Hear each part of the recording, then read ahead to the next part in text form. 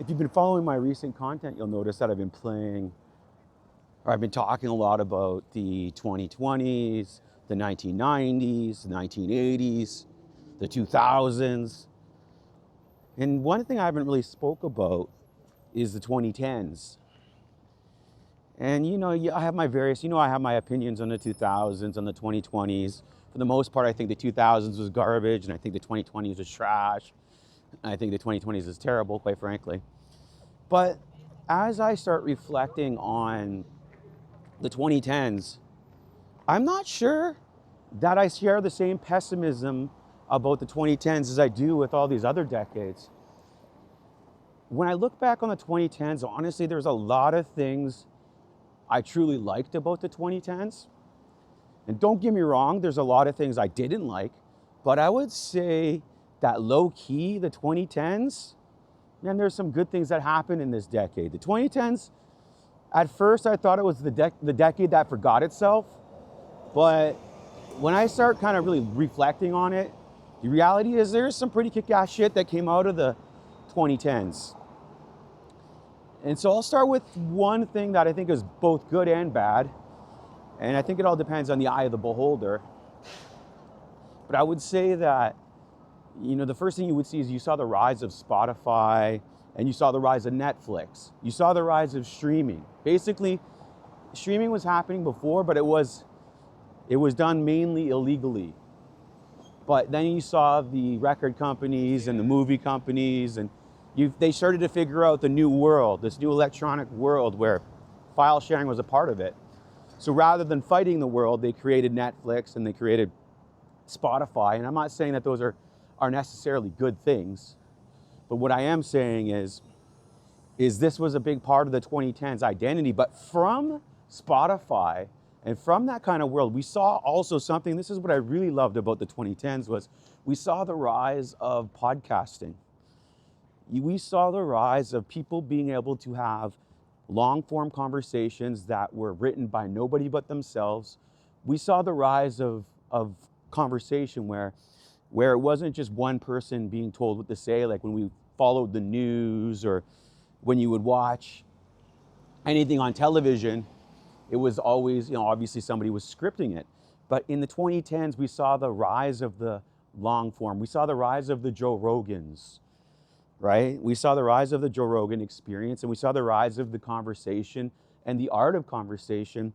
And quite frankly, we saw the rise of the podcast.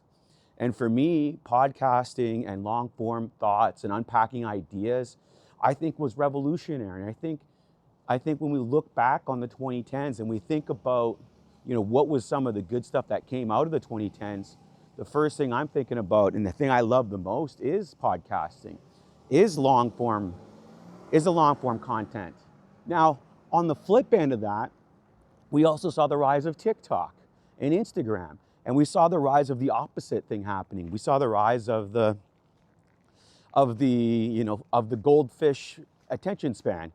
We saw the rise of goldfish entertainment, whereas basically you have the attention span of 3 seconds and that was it. And we saw the rise of TikTok, and we saw the rise of distraction, and we saw the rise of football in the groin, as they always say. Because I think The Simpsons predicted this best when they gave away the Oscar for best performance in a movie to Hans Moleman for football in the groin. Because that's, not only did we see the rise of podcasting, we saw the rise of long form content, and we saw the rise of independent content, where you could see just independent, regular people like myself blowing up in the YouTube space, blowing up in these spaces and being able to really share their ideas and who they are as people. And you saw the rise of regular people being able to do extraordinary things. So I think the 2010s, for me, when I look back on it, I think a lot of really good stuff came out of the 2010s. And for me, the other thing I really loved about the 2010s for me is that's when I really first started to step into what I was doing. And I talk a lot about, defining decades and how decades no longer define themselves. And I'm starting to realize, obviously, it's the people that define the decades and the people that write the stories. So the YouTubers and myself and the people that are writing and doing things, we're going to be the ones that define the decades to come. It's going to be us, me. It's going to be the individual person that's out here living in this world and having this conversation. And I do think that, so for me, when I coming into the 2010s, that's when I wrote my first book. So I remember I was reading a lot of Charles Bukowski at the time, and I was really inspired by his writing. I was reading a lot of not just Charles Bukowski, but I was also reading the Beatniks, Jack Kerouac in particular, On the Road, Dharma Bums. And I started coming up with this kind of prose thinking, I guess you would say. And I really jumped in and I started working on, and once I read Bukowski and I started to read how he was able to get his words out, how he expressed himself with that dirty realism. I'll never forget, I'm done searching for the woman of my dreams. I just want one that's not a nightmare, right? Find what you love and let it kill you. These are all Bukowski sayings. And Bukowski was able to meld the real life with humor and with philosophy and with love and with tenderness and with disgust. And he obviously had his sexy moments as well. But I was able to channel my inner Bukowski, I would say, and really put myself out there and write 3 books. So for me, the 2010s was the birth of me starting to define myself and define the direction that my life was going to eventually take. So I do think that the fact that I could actually write my own book, publish my own book, find somebody I go on to Amazon, create a book, and get it out there for mass sales. I mean, this is, it was the rise of the entrepreneur. Like, the fact that you could do that is a big deal. And the fact that you could really utilize the internet and utilize all these different avenues to not only get your ideas out there, but you could literally create your own books. Like, who thought they could who would have thought in a million years you could just write your own book? But I did. My first book was called Dreg City, like the dregs of society. My second book was called The Degenerate. And my third book I wrote while I was in Medellin, Colombia in 2012, called In Spite of My Generation. And you start looking at, so there are a lot of positives that came out of, for me, the 2010s.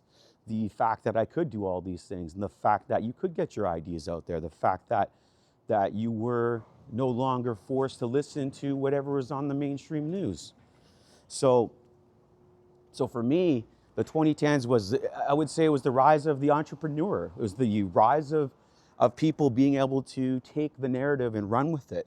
It was the rise of independent thought, independent news media, independent journalism.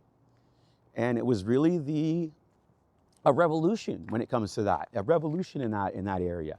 So I will say that when you look at the 2010s, I think that, yes, there was a big tech revolution happening with smartphones and with social media, with TikTok and whatnot. But there were bad things to that, but there was also good things to that. But if you do the flip side and you start looking at kind of some of the cultural stuff that was happening in the 2010s, there's some big kind of cultural stuff happening. So obviously the shift from watching television to streaming music on Spotify, the shift to Netflix and watching on your phone versus watching, I guess you'd still watch in your living room, but you start to see the switch from people watching. Back in the day when you'd go in a living room or when you'd watch TV or when you'd watch a movie, typically you only had like 1 or 2 TVs in the house. So it was usually like a family event when you rented a movie or you're watching a TV series together. And but what happened was, once you started getting these phones in your pockets, these portable television sets, once you started getting these in there, the sitting in the family room and watching television and watching the series, you kind of stopped. Right? It started being more about individually watching things yourself in your room versus watching it with the family out in the living room. So you found people's habits changing, and culturally, but still, even with that, we still had some huge cultural moments that if you talk to anybody from the 2010s about, they will be able to speak about. So what do you think? What was the biggest TV series that anybody could pretty much talk about that came out of the 2010s? I'm going to give you, right? Game of Thrones, right? That was a phenomenon. So we still had original television coming out in the 2010s. And for me, Game of Thrones has to be one of the best television series ever created. It was, first of all, it was beautifully done. It was well written, and it was relevant to the times. Here we are with the backdrop of the 2016 election. We're in the backdrop of Donald Trump rising to power, and the fight between Hillary and Donald, and the fight between the upcoming fight between Biden and Donald. And you start seeing everybody turning on each other. You see the media and everybody else turning on each other. And you start to realize that the TV series Game of Thrones perfectly represented what was happening in the culture, which was a tumultuous backstabbing. No, you couldn't trust anybody anymore. Everybody was out to get you, you know? And you couldn't trust anybody. And you saw this rise. And you kind of started seeing the backdrop, how politics, how global politics really does resemble Game of Thrones. How clearly that is the case. And you think about how everybody, you could talk to anybody on that. The first season, this is a spoiler alert, so if you haven't seen it, don't watch this. First season, season 1. This is the first time I've ever watched a major television series and they kill off the main character in the first season. Who will ever forget the beheading of Ned Stark, right? How shocking that was. And then as you start going through the series and you start getting introduced to these characters like King Joffrey. I mean, everybody has an opinion on King Joffrey. He was like the perfect example of what would you say, of arrogance, of affluence, of unearned success, chip in your shoulder. Like, he was just like the perfect, arrogant oligarch king. And you see the poisoning of Joffrey, and you see just how shocking that was, and how shocking these moments were, and how you would go to work on Monday, because this is on Sundays, and this would be what you would talk about. So it was very similar to me, like TV series like Seinfeld and like Friends. Obviously the content's different, but everybody knew everything about Seinfeld in the 90s. Everybody knew everything about, even the 2000s and 2010s. Everybody knew everything about Friends. Like, this was a shared cultural phenomenon where people knew it. Everybody, pretty much the whole culture knew it. And Game of Thrones was that thing with Daenerys, the Queen of the Dragons, and you saw just how everybody was kind of enraptured and brought into the world of Game of Thrones, into the deceitful world, and everybody was a villain, everybody was a hero, and everybody kind of found the character that they loved themselves the most. You know, I love Tyrion Lannister, the little guy. I thought he was amazing. But you're always you're gonna have your favorite characters and your favorite moments. Who would ever forget the Red Wedding? These are experiences, these are things that just are cultural phenomenon. So the fact that in the 2010s that we had such an influential and massive series like Game of Thrones, this would be on the level of a Sopranos, on those types of levels where everybody knows, for the most part, what you're talking about. So in the 2010s, we still had great television, which brings me to the flip side, though, because when you think about 2010s, the other thing you want to think about is the movie industry. And in my opinion, this was the downfall, essentially, of the movie industry. This is where everything went to crap. When you look at, just to pull up a list of the top 10 grossing movies in the 2010s, and I'll let you guess what they're going to be about. I'll let you guess. They're going to be about comic book characters, the MCU, Star Wars, Jurassic Park, all recycled ideas, all recycled storylines. It was all just recycled stuff. I think the other one was Lion King was brought out again then. Again, recycled, all recycled ideas, all things that have been done before. And we started seeing the corporification of the Hollywood movie. And this was really the beginning of the downfall. They might have had some of the biggest movies ever made, but this was the beginning of the downfall. This is where The movies lost touch with reality, lost touch with humanity, lost touch with the people that are actually watching the movies.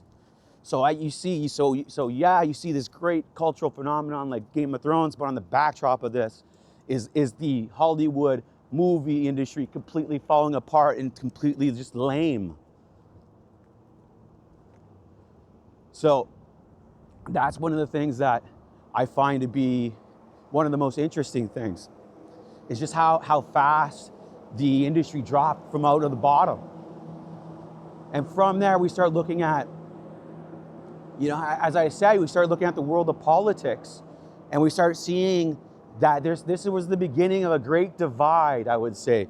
The 2010s, near the middle to the end of the 2010s, is when you really saw the culture divide itself into two on the way to the 2020s, where people stopped being about, where conversations are no longer about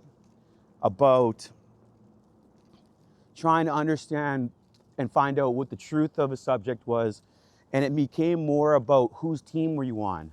Were you left or were you right?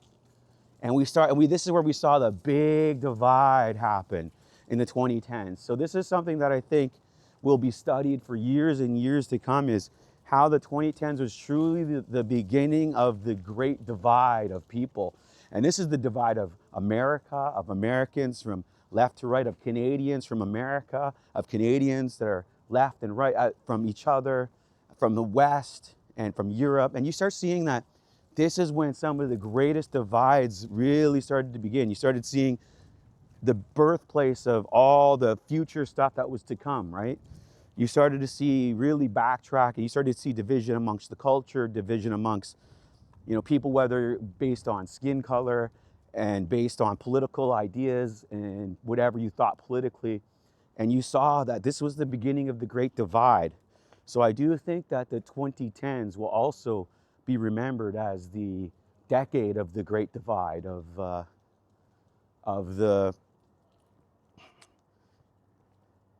divide of the people.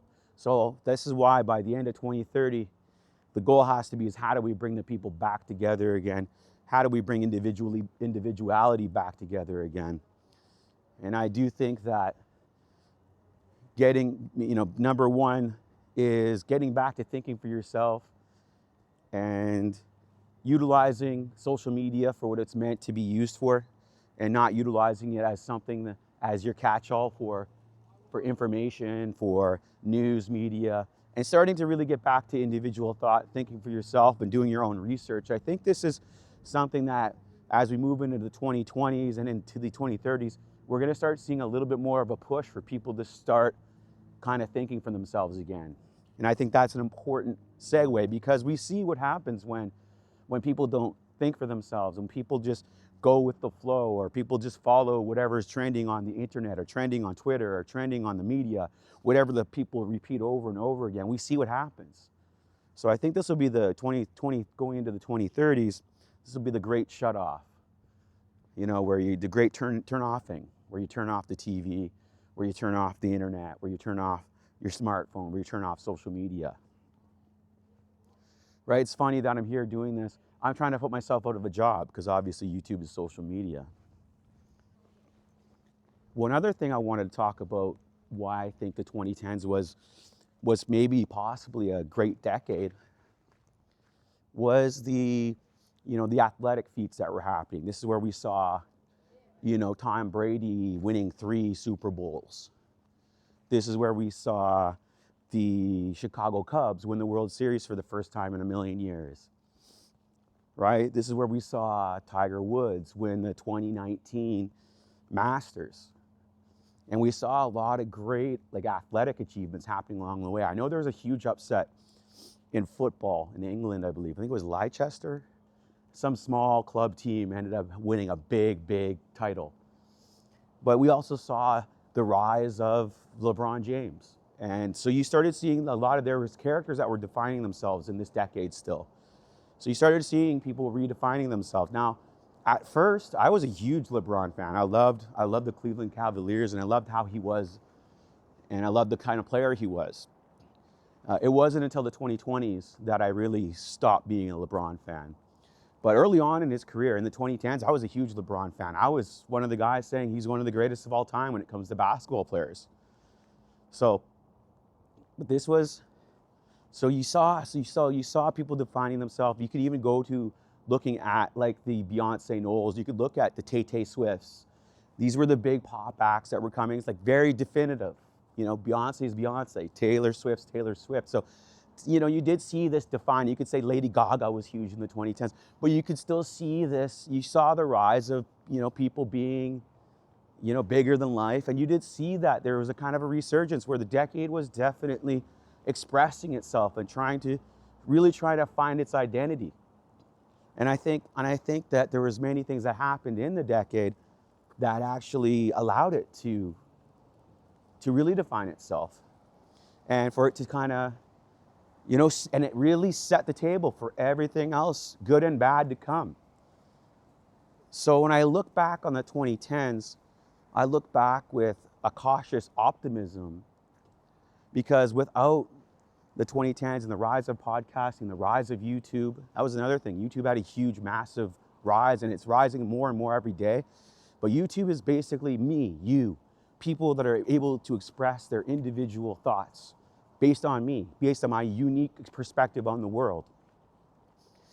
And this is what I think is the most important thing that came out of the 2010s, was the ability and the rise of these platforms that allow people to help shift the opinion, to help shift the public from being just mindless zombies consuming mass media to maybe helping people find and think for themselves and start exploring the world from their own eyes within their own bodies, you know? And I think this is actually one of the great legacies that's going to come out of the 2010s, is the legacy of long-form thought media, long-form podcasting, long-form ideas and conversations, and people, regular people just like you and me, being able to have conversations with each other. This is, I think, will be the legacy of the 2010s.